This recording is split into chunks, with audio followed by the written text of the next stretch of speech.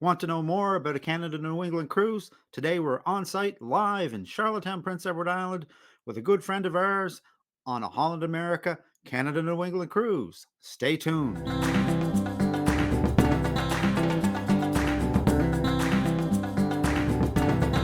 My special guest today is Dick Knoll, Group Coordinator for Cruise Holidays in Topeka, located in Topeka, Kansas. Dick and the team of expert travel advisors at Cruise Holidays of Topeka have been creating cruise vacations and group vacations for satisfied customers for the last 20 plus years. Hi, Dick.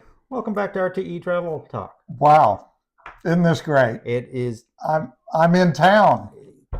absolutely wonderful to have you. A very hearty welcome to Thank you. Prince Edward Island. Really great to be here. It's good to Always, have you with us. always love coming here and visiting you. This has been great. So we're here today in the port city of Charlottetown, Prince Edward Island, the birthplace of Canada, with a very good friend of mine, Dick Knoll of Cruise Holidays of Topeka. And Dick is just up here. He's escorting a large group aboard Holland America's Zuiderdam. So, there's no better time to grab Dick, and hopefully he'll give us a little bit of a mini review. How's that sound? I will, and I'm in a good mood because I'm cruising and I'm leading a group and they're having fun and therefore I am too. Well, that's the proper thing. Isn't that great? Yeah. Yeah. So, Dick, why don't you give us a 30,000 foot level of Holland America and the particular cruise you're on? Well, our agency loves Holland America. We have a clientele that just dovetails perfectly with Holland, especially on this kind of a cruise where we're not seeking beaches and water sports so much as history and nature and relaxation. And Holland does all those things real well. And of course, this cruise meets that too. Sure. So that's why we chose it. We're great partners with Holland and have enjoyed this relationship for a long time. Right on. So you've done this itinerary more than once. I have. So what type of person takes a Canada New England cruise, Dick? Well, again, I'd say someone that is looking more for relaxation and maybe history and nature rather than beach sports. So it might be a slightly older clientele on this one than you might find in the Caribbean, for instance. Right. These people are adventurous and looking for a good time and with the opportunity to do something and yet do it in a relaxed manner. So tell us a little bit about the Zuiderdam. Well, I like that ship for a number of reasons. One is, of course, Holland ships are smaller than most everybody else's, yet big enough to offer the resources that people can enjoy while they're on. So, for instance, there's a stage show, there are plenty of bars and restaurants, and specialty restaurants, as well as entertainment. And even the spa is really good. Personally, I love the spa and that thermal pool that's on the Zuiderdam. Not all their ships have it, but this one does. This ship has balconies, which our people tend to like, and some of the smaller Holland ships don't have them, but the new ones and the bigger ones, and I say bigger, I don't mean a big cruise ship, just big for Holland. Yeah, I think she's about 1,900 passengers. That's right. So she's not huge. Not at all. Not one of these mega ships of 5,000-6,000 people. Right. So it's more intimate. You bet. How's your weather been so far? You know, it's been good. It's not been warm, but it's been shirt sleeve weather. Or light jacket. It has not rained on us. I've had no weather complaints. So we're taping this in September. Now, is that a good time of year for a Canada New England cruise, Dick? Well, I would think so. At some point along the way here, we're expecting to see some trees that aren't green. Let's put it that way. We haven't really seen them yet. We've seen a couple of them around, but we might be just a little early on this one. But fall foliage is one of the things that's a draw for the fall in Canada and New England on the East Coast. So I can tell you that we've had frost the last 2 nights running. So if that's any kind of harbinger, you're probably going to see some fall foliage as you go along during the next couple of days. Well, Ken, I'd just ask you to accelerate the process. because my people want to see some red leaves. All right. Well, we'll see what we can Well, you do. see what you can do? We'll see what we can do. Thank you. So you left out of Boston. We did. Yeah. How was the embarkation out of Boston? Easy. Yeah. Sometimes you get these cruise terminals and you're embarking and you just have these huge crowds, and it was just as smooth as could be. Right. For example, if we were to compare the Boston cruise port to the cruise port, for example, in Miami or Fort Lauderdale, much bigger. Do they compare in the same size or? Oh no! I mean, those Fort Lauderdale and Miami are servicing bigger ships, right? So they have to be bigger terminals. Right. There are more people just in general, and sometimes they can do that well, and sometimes they can't. So it's a smoother process. It's a smooth process in Boston. I think so. Great. That's been my experience every time I've done it. And it's in a great location. It's downtown, and it's close to a lot of things. And we had people, we came in a day early, right, and we had people running around downtown Boston all of Friday and Saturday before we boarded. And you recommend that for people going on a cruise to always go in a day early? Only because we worry about the airlines now. And we've had some experiences in the last couple of years where not everybody made it to the ship on time when they flew in the day of the cruise. Right. So we generally, with groups, will fly, and even individuals will fly them, encourage them to fly in a day early, stay at a hotel. In case there are air problems, they still, make the ship. Yeah, they've got 24 hours to fix it Absolutely. if something That's right. goes off the rails. Right. Right. I looked at your itinerary, and I believe, correct me if I'm wrong, we went Bar Harbor, Halifax, Nova Scotia. Correct. Sydney, Nova Scotia. Right. Charlottetown, Prince Edward Island. And your final destination is going to be Quebec City. Quebec City. Yeah. How did you find Bar Harbor? Well, I love Bar Harbor. It is a small community. It's quaint. There's lots of shops and galleries, and there's a national park right there. Right. Acadia National Park's there, and you can go to the top of Mount Cadillac and get those beautiful views from up there. And I've done that. I even rented motor scooters one time and went up. What you're talking about, these would be off-ship excursions, right? Correct. Yeah. Now, I gather you've got some advice for our viewers and listeners about booking excursions on a Canada and New England cruise. The experience on this cruise is that the shore excursions from Holland America have sold out. Okay. Now, probably not all of them, but the ones that people really want to do. And so my advice is to consider booking excursions in advance. Right. Through the app or online, and make a reservation. Yeah. So basically book your cruise early, and as soon as you've got that nailed down, then you're going to want to book your excursion. That's right. So as not to be disappointed. That's right.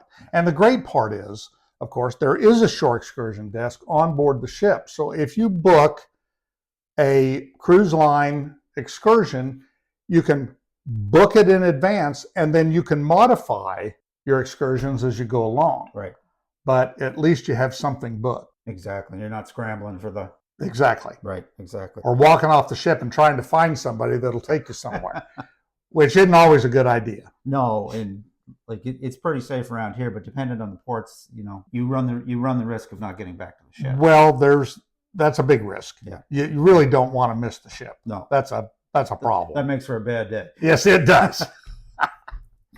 So tell me about Halifax. How did you find Halifax? I like Halifax. Now, it's a pretty good sized city, and it has a lot to offer in terms of history. Of course, there's the Titanic Cemetery is there, and there's American Revolution history from there. Yep. And there's a lot to do, maybe not what you'd consider traditional with a cruise line, but it's a fun city to walk in, and it's a great place to go. Yeah, there's the history of the Titanic Museum, there's the Naval Museum, there's all kinds of history there, and there's also excursions you can take out of Halifax with enough time to get down to Peggy's Cove and Oak Island and those places. And a lot of people like to go to Peggy's Cove.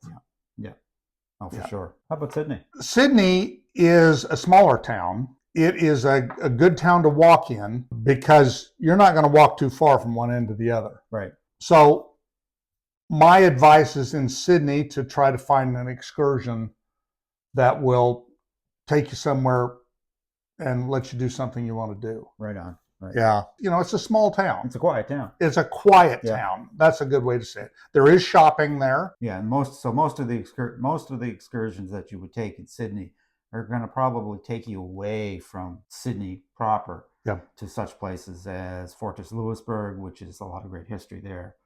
And there's an excursion that would show you a little bit of the Cabot Trail. But other than that, staying close to town is a good idea as well. Yeah. And of course, we're here in Charlottetown. I have been so warmly greeted in Prince Edward Island every time I've come here, and I can't thank you enough for that.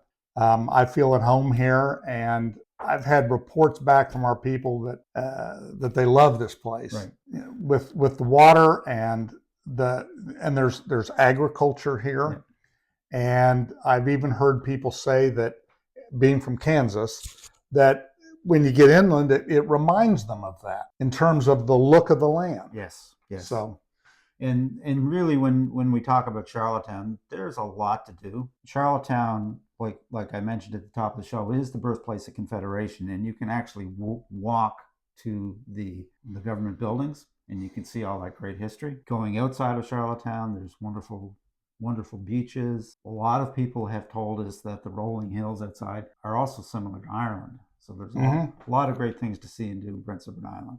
The other thing I'd say is that every time I come here, I learn something. And today I learned that this is the birthplace of Canada. And I did not know that. Well, I can tell the rest of the story. I believe it was in 1864, they sailed a ship into that harbor that you see out here right behind us, right?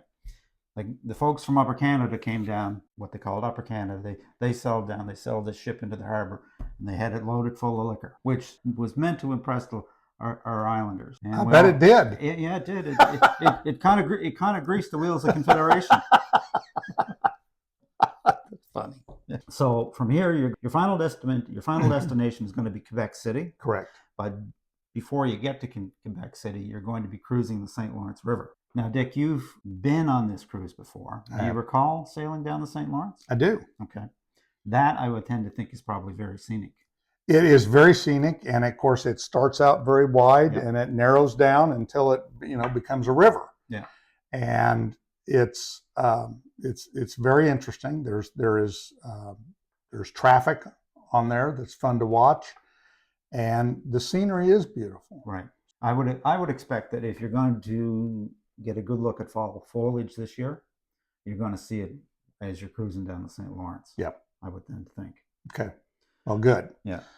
We have a full sea day. It's the only sea day on this cruise is tomorrow. Right. Between here and Quebec City. So we'll be watching the world go by. Good sunny weather for you. Yeah. Thank you. Now, Quebec City, have you been there before yourself? Several times. Okay. How did you find that? I have memories going all the way back to high school. I did a high school summer trip, and we went to Quebec City, and I have many memories, the big hotel and the little doors on the streets. Oh, right. And why those little doors have stuck in my mind. I can still see them. And I thought, boy, these must be really small people. But I don't think that was it at all. It's a beautiful city. Yeah. And it's right on the seaway, and the architecture's great. Yeah. And it's just fun to be there. Yeah.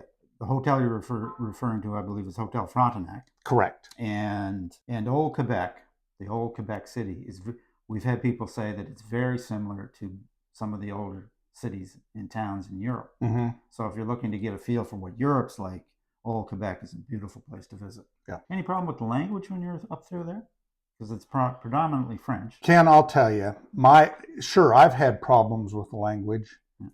But I have found that if you will talk to the native people with a smile on your face and a good attitude, language barriers tend to go away, and that people are very polite. So tell me about your fellow passengers on board. Is it a good mix of people, Dick, or is it kind of an older crowd, or what do we find? Well, I would kind of expect at this time of year, you're probably not going to have a lot of families because the kids would be back in school, or help me out here. I think that would be true, except that as I got off today, here come these families, strollers with one kid pushing another kid, and they're coming off and getting ready to go to town. Really? And there aren't a lot of kids on board, but there are some. Yeah. Seen them and heard them, but not very much. Right. I would say that I've been up and looked at the kids club. What do they call it? Club Hal. Right. And I haven't seen much activity up there. So I think in this case, there are not a lot of families. No, but Holland America does have facilities for kids that come along. Of course, yeah, they do. So you mentioned earlier that you're escorting a group. I am. What are some of the advantages of being part of a group on a cruise, Dick? Well, I mean, people ask me that question. I said, well, you get me. but arrangements are taken care of. Right. You know, you're buying into a package that says, I'll get you from your home airport and get you back there with all the details taken care of, right, including the transportation along the way. So it's that. Then we bundle some services together, including travel insurance and these transfers that we're talking about. The other thing is you have somebody there. It's inevitable. I walk around that ship and somebody is kind of pulling me over and asking questions. Right. You know, what are we going to do about this? How do we get off the ship? What happens, you know, when this happens? Yeah. And so I'm there as a resource, and that's what a group leader does. Yeah. Is around to help. So it's basically other than the crew on the ship, it's a go-to person in your group. Yeah. And I would expect with your group, it's probably like-minded people in it. Well, I think so. You know, we're like-minded for nothing else than geography. I mean, everybody's from the Midwest. Not everybody's from Kansas. Right. So you've spoken to some of your fellow group participants? Well, sure. Yeah. How are they finding it? Very good feedback. Perfect. Yep. Tell me, if you had to describe a Canada-New England cruise in 10 words or less, how would you do that? Slower paced, easygoing, fun, and history. Thank you. Yeah, exactly. Well, Dick, this has been absolutely super information. Is there anything else you might like to add before we wrap up? Well, Ken, I just want to thank you for seeing me today. I mean, you and I do this, but we do it long distance. Right. And here we are together, and that's really great. No, it's been a real treat. It's been a real treat. Yeah. That's part of the fun to come up here and visit and enjoy the people. Absolutely. Yeah. So if folks wanted to reach out to you about a Canada-New England cruise or perhaps another cruise, how would they do that, Dick?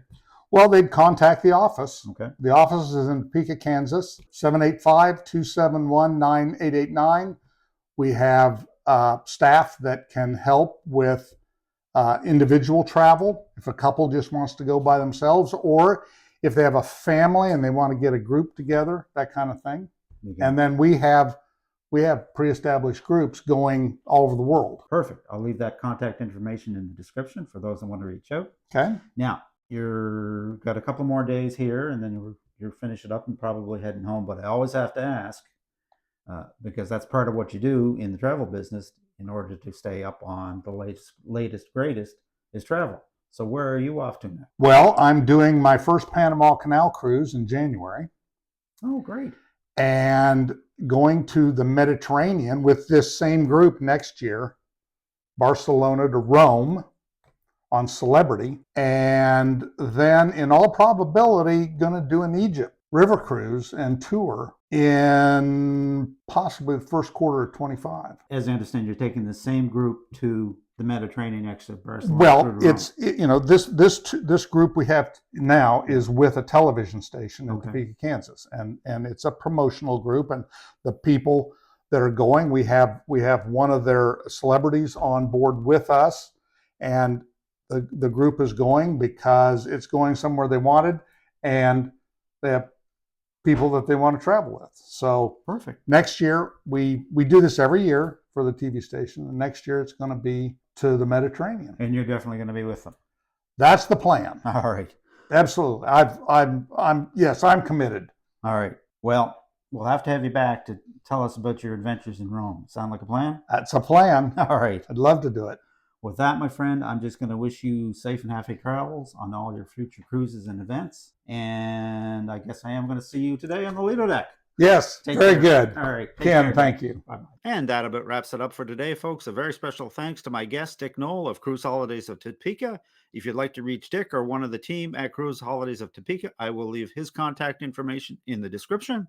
If you'd like to reach us with a question for a future interview or a suggestion, you can simply send a question to questions@realtravelexperts.com, visit our website, realtravelexperts.com, or simply leave a comment. We always respond. And as always, folks, if you enjoyed this content, a like, subscribe, and a ring of the bell is certainly appreciated and helps us to spread the word. So until next time, happy travels.